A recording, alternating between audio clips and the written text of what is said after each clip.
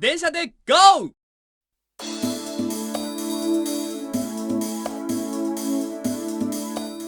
It's hard to believe just how popular Densha de Go was in Japan unless you were actually here at the time. But basically, this was the biggest thing in the country for many years. The Japanese loved their trains and they just went wild for Densha de Go, which is why there are so many versions of it. In this show we're taking a look at the original game, which ran on the Taito JC system Type C hardware. Other games that ran on this hardware were Densha de Go 2, Densha de Go EX, which is the Sega Saturn game, Landing Gear, Side by Side, which is a racing game, and Dangerous Curves, which is a pretty nice bike game.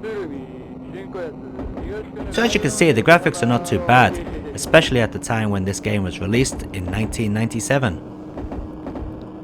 The game is controlled using a special custom cabinet, which replicates the look and feel of an original Japanese train. The original game was very strict on time limits, just like the real JR, Japanese Railways, and also very strict about where you stop on the platform, again just like the real JR company. This made the original game very difficult and was revised for later games, to make it a little bit more easier for the home game player.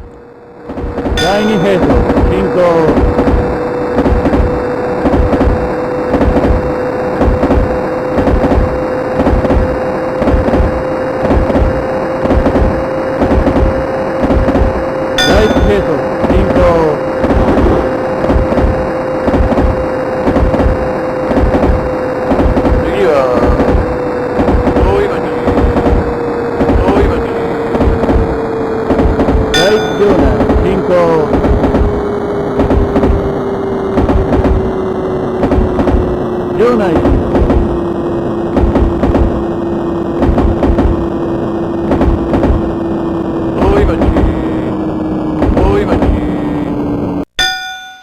ブレーキが強すぎます。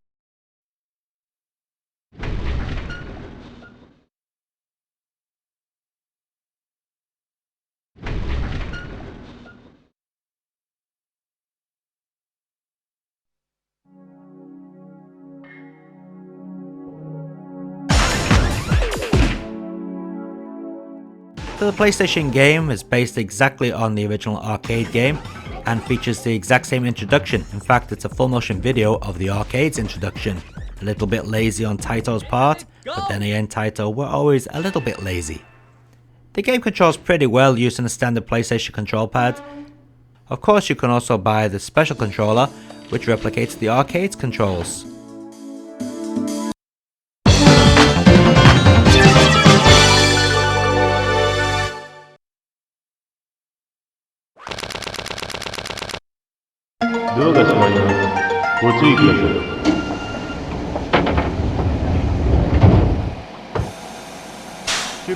Go. お待たせいたしました。ご乗車ありがとうございます。途中停車駅をご案内いたします。この列車は大井町、大森、蒲田、川崎、鶴見、新小安、東神奈川、横浜に停車いたします。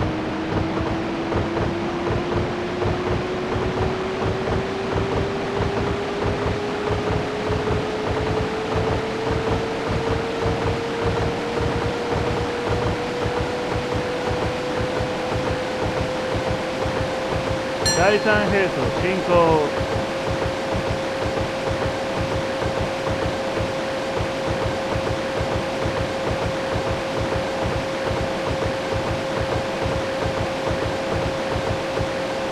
第2並走進行。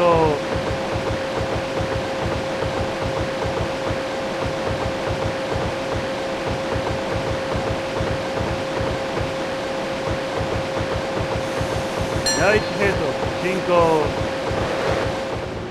大井町、大井町。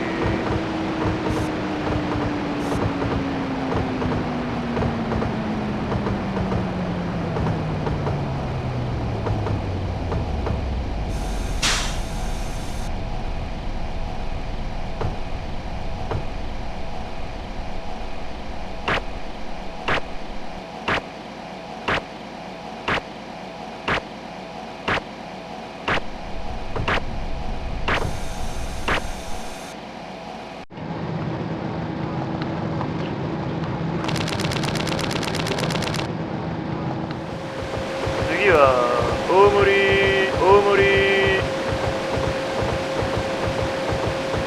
第一町内進行。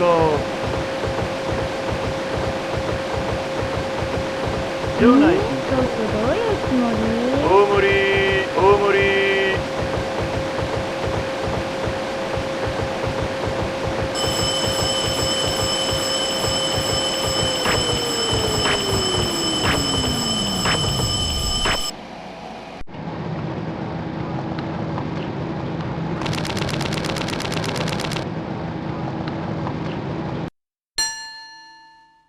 速度制限を守ってくださいね。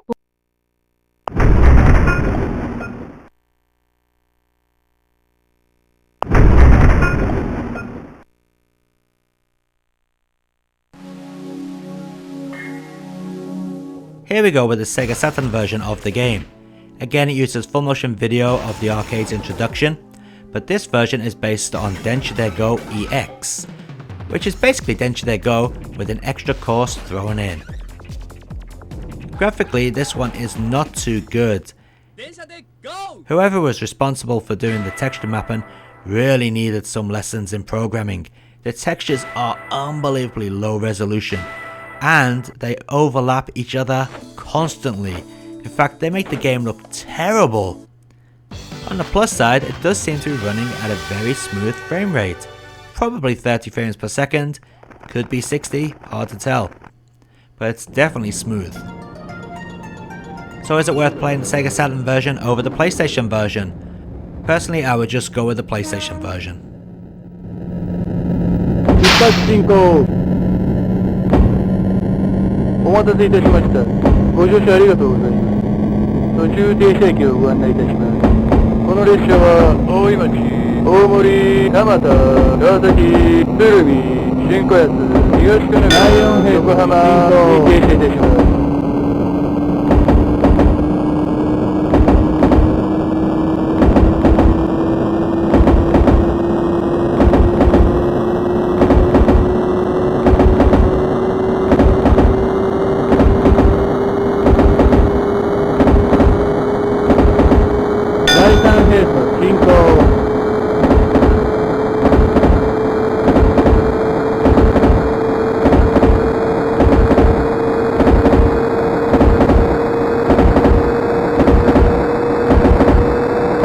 第2並走進行。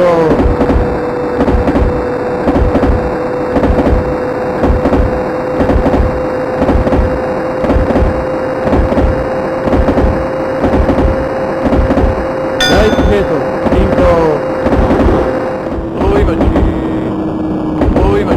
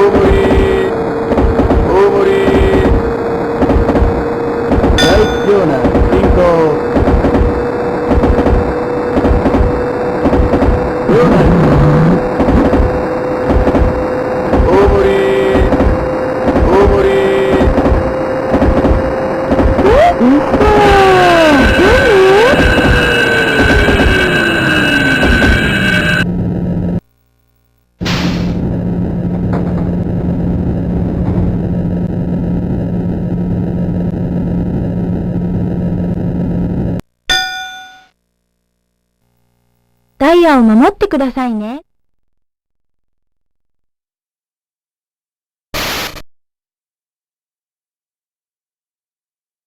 電車で GO!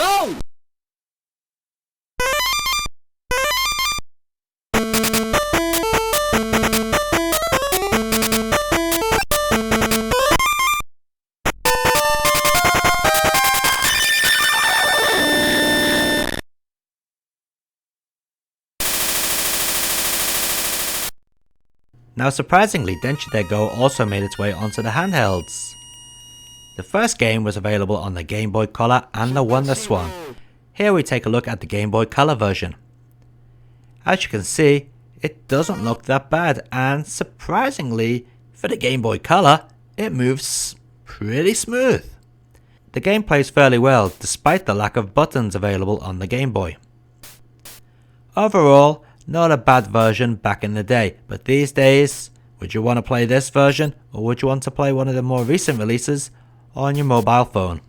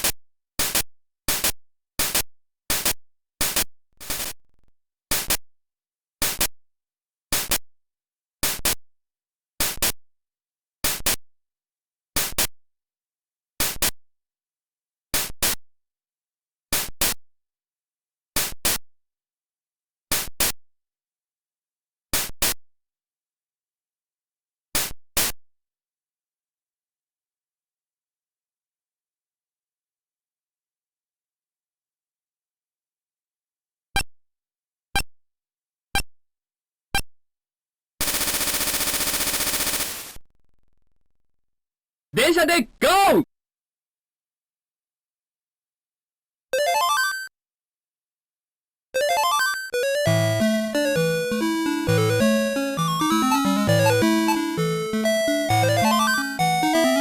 Never released outside of Japan, Bandai's Wonderswan console also got a port of Densha de Go.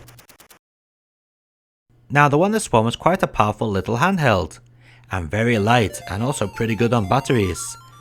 But this port of Densha de Go is not exactly one of the machine's high points. The animation is incredibly jerky. Basically all they've done is taken digitized stills from probably the arcade version and animated them step by step. The end result is a jerky mess.